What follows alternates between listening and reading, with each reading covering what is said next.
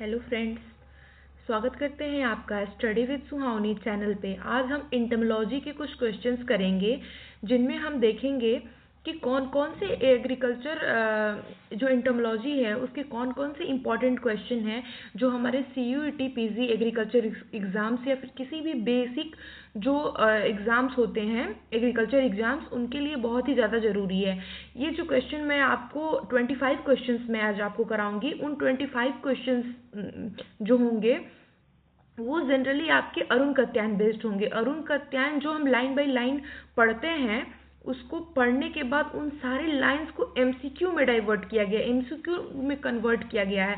तो ये आपके लिए बहुत ही इंपॉर्टेंट है क्योंकि हम जानते हैं कि अरुण कत्यायन बुक हमारे जो बेसिक एग्रीकल्चर साइंस होती हैं, जो एलाइड एग्रीकल्चर, उनके लिए बहुत ही ज़्यादा इम्पॉर्टेंट है। तो हम शुरू करते हैं क्वेश्चन नंबर 1 से। लास्ट तक वीडियो में बने रहिएगा क्योंकि ये 25 क्वेश्चन आपके लिए बहुत ही इम्पॉर्टेंट है, जो कि बेसिक क्वेश्चन है। आपको जानना जरूरी है कि ये क्वेश्चंस के आंसर क्या हो सकते हैं। तो चलिए शुरू करते हैं क्वेश्चन नंबर 1 से। तो आपका फर्स्ट क्वेश्चन है एग्रीकल्चर इंटमोलॉजी एंड इंट्रोडक्शन से शुरू करते हैं। The word paste literally means, जो वर्ड पेस्ट है उसका मीन्स क्या होता है, जो वर्ड पेस्ट है उसका मतलब क्या होता है। तो पहला ऑप्शन आपका दिया हुआ है डिस्ट्रॉयर, सेकंड ऑप्शन दिया हुआ है हार्मफुल इंसेक्ट, थर्ड ऑप्शन है plague and infectious disease, fourth one is crop feeder. तो जो वर्ड पेस्ट है उसका जो लिटरली मतलब होता है वो प्लेग और इन्फेक्शियस डिजीज से है। तो आपका ऑप्शन नंबर सी जो है वो राइट आंसर हो जाएगा। नेक्स्ट क्वेश्चन देखते हैं आपका। The term paste originated for, जो टर्म पेस्ट है वो किस कहाँ से ऑरिजिनेट हुआ है। ग्रीक ओनली है, जो ग्रीक से है, या लैटिन से है, या लैटिन एंड फ्रेंच दोनों से है, या फ्रेंच एंड इंग्लिश से है। तो जो आपका टर्म पेस्ट है वो लैटिन और फ्रेंच दोनों होता है। तो आपका ऑप्शन नंबर सी जो है वो राइट आंसर हो जाएगा। नेक्स्ट क्वेश्चन देखते हैं। Earlier the word paste was mainly use for, जो पेस्ट वर्ड है वो सबसे पहले किसके लिए यूज किया जाता था, सब पहले अर्लियर में किसके लिए यूज किया जाता था। तो insect damaging crops, weeds in agriculture, या डिवास्टिंग इन्फेक्शियस डिजीज, या रोडेंट्स के लिए यूज किया जाता था। तो जो आपका वर्ड पेस्ट है वो डिवास्टिंग इन्फेक्शियस डिजीज के लिए यूज किया जाता था, क्योंकि जो इंसेक्ट डैमेजिंग क्रॉप्स तो हो नहीं सकता है, क्योंकि अगर हम हैं और हम किसी को हार्म पहुंचा रहे हैं तो हम उसके लिए पेस्ट होंगे, सिर्फ इंसेक्ट ही पेस्ट नहीं हो सकते हैं। तो जो ऑप्शन नंबर सी है वो आपका राइट आंसर हो जाएगा। ऑप्शन नंबर सी हियर जो राइट आंसर हो जाएगा। नेक्स्ट क्वेश्चन देखते हैं। At present paste is defined, जो प्रेजेंट में है वो पेस्ट को हम कैसे डिफाइन कर सकते हैं। जो पहला ऑप्शन है आपका, any insect present in field, बिल्कुल नहीं, ये बिल्कुल नहीं हो सकता कोई भी insect, only insect causing disease, और उसके बाद है any living organism causing economic loss, और फोर्थ वर्ड है ओनली आर्थ्रोपोड्स। तो जो आपका ऑप्शन नंबर सी होगा वो राइट आंसर हो जाएगा, क्योंकि कोई भी ऑर्गेनिज्म हो, वो गाय हो, भैंस हो, बकरी हो, चूहा हो, या फिर कोई इंसेक्ट हो, अगर वो हमारे क्रॉप को या फिर किसी चीज़ को किसी भी तरह से नुकसान पहुंचा रही है तो वो उसे हम पेस्ट कह सकते हैं। अगर हम हैं और हम किसी इंसान को मार रहे हैं या फिर उसको किसी भी तरह का हानि पहुंचा रहे हैं तो हम उसके लिए पेस्ट हुए। तो पेस्ट का कॉन्सेप्ट यही होता है, कोई भी चीज़ हो, किसी भी तरीके से किसी को हार्म कर रहा हो तो वो उसके लिए पेस्ट हो सकता है। नेक्स्ट क्वेश्चन देखते हैं। A pest causes economic loss to crops only, livestock only, human health only, crops, humans and livestock। तो इसमें जो क्रॉप्स को नहीं, वो लाइव स्टॉक को भी हार्म पहुंचाता है, क्रॉप्स को भी पहुंचाता है, ह्यूमन हेल्थ को भी पहुंचाता है। तो जो ऑप्शन नंबर डी है वो आपका राइट आंसर हो जाएगा। Option number D is right answer here. Next question देखते हैं। Pest population must increase to such an extent that it causes, जो है वो visual damage only, economic loss और नॉसेंस, या टेम्पररी डिस्टर्बेंस, या इकोलॉजिकल इनबैलेंस ओनली। तो जो आपका इकोनॉमिक लॉस, जो बी ऑप्शन है इकोनॉमिक लॉस, ये जो है आपका राइट हो जाएगा, क्योंकि पेस्ट पॉपुलेशन जब इंक्रीज करता है तो क्या होता है, इकोनॉमिक लॉस देखने को मिलता है। नेक्स्ट क्वेश्चन देखते हैं। First criteria of a pest is that it must be insect arthropods, living organism and parasite. तो जो फर्स्ट क्राइटेरिया है पेस्ट का वो क्या हो सकता है? इंसेक्ट हो सकता है, ऑर्थोपॉड हो सकता है, लिविंग ऑर्गेनिज्म हो सकता है या पैरासाइट हो सकता है? लिविंग ऑर्गेनिज्म हो सकता है, जाहिर सी बात है, तो ऑप्शन नंबर सी जो है वो राइट आंसर होगा। नेक्स्ट क्वेश्चन देखते हैं। Second criteria of A paste is, second criteria paste का क्या हो सकता है? पॉपुलेशन ग्रोथ हो सकता है, इकोनॉमिक लॉस टू क्रॉप्स हो सकता है, माइग्रेशन एबिलिटी हो सकता है, फीडिंग हैबिट हो सकता है। तो इकोनॉमिक लॉस टू क्रॉप और ह्यूमन हेल्थ जो है आपका राइट आंसर हो जाएगा। सेकेंड क्राइटेरिया आपका यही है। नेक्स्ट क्वेश्चन देखते हैं। Third criteria of paste status is, जो पेस्ट का थर्ड क्राइटेरिया क्या होता है? पेस्ट का जो थर्ड क्राइटेरिया है, high facultative, short life cycle. जो आपका first criteria minimum population level and seasonal occurrence, तो जो आपका सी ऑप्शन है वो राइट हो जाएगा।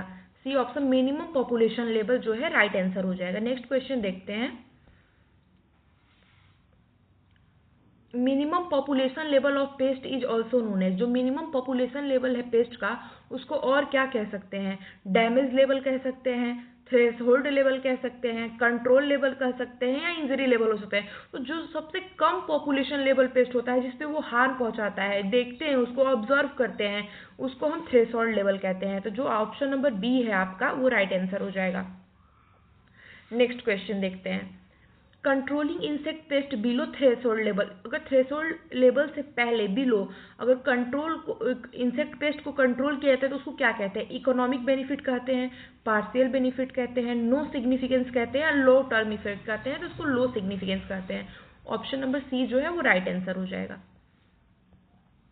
Pest control measure should be adopted at zero population level, maximum population level, threshold level, या आफ्टर डैमेज।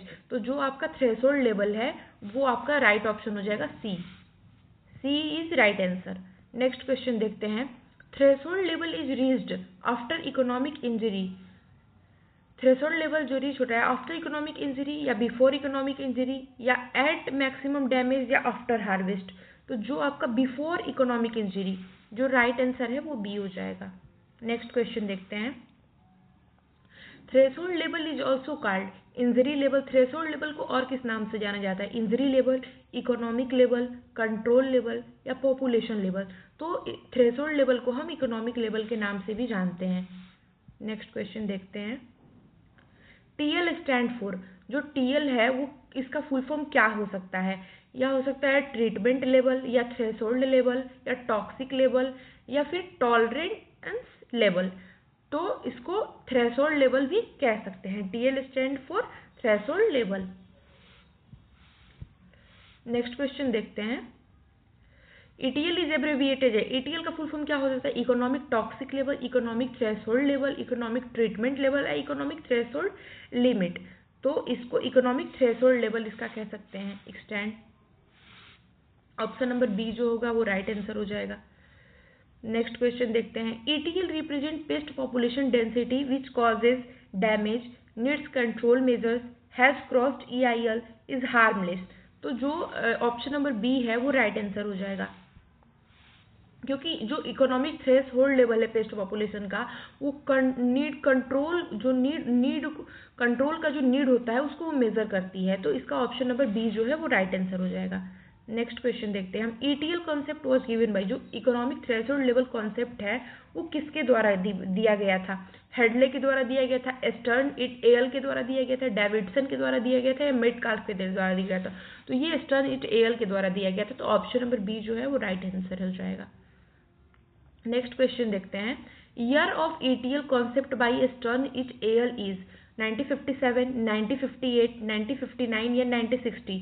जो ऑप्शन नंबर सी है वो आपका राइट हो जाएगा। 1959 में ही इकोनॉमिक थ्रेशोल्ड कॉन्सेप्ट दिया गया था स्टर्न इट एयल द्वारा। नेक्स्ट क्वेश्चन देखते हैं। At ETL control measures are applied to kill all pest, prevent population increase. Economic threshold level पे क्या कंट्रोल मेजर्स अप्लाई करते हैं? किल पेस्ट को किल करने के लिए, पॉपुलेशन इंक्रीज को प्रिवेंट करने के लिए, स्टॉप फीडिंग, या फिर एलिमिनेट एडस। तो पॉपुलेशन को इंक्रीज करने से बचाने के लिए हम ईटीएल कंट्रोल मेजर्स का यूज करते हैं। तो ऑप्शन नंबर बी जो है वो राइट आंसर हो जाएगा हियर। नेक्स्ट क्वेश्चन है आपका, purpose of ETL is to prevent pest population from reaching threshold level control. जो ETL है वो किससे बचाने के लिए किया जाता है, किस पॉपुलेशन को कहाँ तक बचाने के लिए किया जा सकता है? तो थ्रेशोल्ड लेवल हो सकता है, कंट्रोल लेवल हो सकता है, इकोनॉमिक इंजरी लेवल हो सकता है, या सैचुरेशन लेवल हो सकता है। तो ऑप्शन नंबर थर्ड जो इकोनॉमिक इंजरी लेवल है वो आपका राइट आंसर हो जाएगा। नेक्स्ट क्वेश्चन देखते हैं, EIL स्टैंड फॉर, EIL का मतलब फुल फॉर्म क्या होता है? Economic injury level, economic impact level, economic infestation level, economic injury limit. जो ऑप्शन नंबर ए है वो यहाँ राइट आंसर हो जाएगा। EIL is defined as the, EIL को हम कैसे डिफाइन कर सकते हैं? Highest pest density, average pest population, lowest pest population causing economic damage, या थ्रेशोल्ड पॉपुलेशन। तो ऑप्शन नंबर जो सी होगा वो राइट हो जाएगा कि EIL is the lowest pest population causing economic damage. Next question देखते हैं, EIL concept was also defined by, EIL concept जो है वो किसके द्वारा डिफाइन किया गया था? हेडले द्वारा, स्टर्न इट एयल द्वारा, पेंटर द्वारा, स्मिथ द्वारा। तो ये इकोनॉमिक इंजरी लेवल भी जो है वो स्टर्न इट एयल द्वारा ही डिफाइन किया गया था। ऑप्शन नंबर बी ही राइट हो जाएगा। नेक्स्ट क्वेश्चन देखते हैं, economic injury occurs when paste appears, population crosses ETL, damage cost of control, या पॉपुलेशन इज जीरो। तो जो इसका राइट आंसर है वो सी हो जाएगा, damage equal cost of control. तो आज के लिए हम इतना ही रखते हैं। देखिए जो ये 25 क्वेश्चन मैं आपको कराई हूँ वो बहुत ही ज़्यादा इंपॉर्टेंट है। सपोज आप कोई भी बेसिक प्रिपरेशन करने के लिए कोई भी एग्रीकल्चर एग्ज़ाम हो जिसमें सिंपल एग्रीकल्चर क्वेश्चन पूछे जाते हैं, तो बेसिक एग्रीकल्चर एग्जाम क्वेश्चन पूछे जाते हैं, तो उनके लिए आपको अरुण कत्यायन पढ़ना बहुत ही ज़्यादा इंपॉर्टेंट है। और अगर आप Arun Katyayan line by line पढ़ के और इन क्वेश्चंस को पढ़ते हो, इन क्वेश्चंस को देखते हो, तो ये आपके लिए बहुत ही ज़्यादा इंपॉर्टेंट हो सकता है, क्योंकि कोई भी एक ऐसा लाइन नहीं मिस किया गया है जिससे कोई क्वेश्चन बन सके और मैंने इसे छोड़ा है। तो 25 क्वेश्चन आज मैंने कराए हैं, मैं आपके नेक्स्ट पेज के क्वेश्चन मैं अगले डे कराऊंगी। तो अगर आपको इसकी पूरी सीरीज चाहिए तो आपको चैनल को सब्सक्राइब करना होगा, नोटिफिकेशन बेल को ऑन करना पड़ेगा ताकि आपको अनदर वीडियो की नोटिफिकेशन मिल सके। तो प्लीज़ लाइक शेयर सब्सक्राइब कीजिए। Thank you.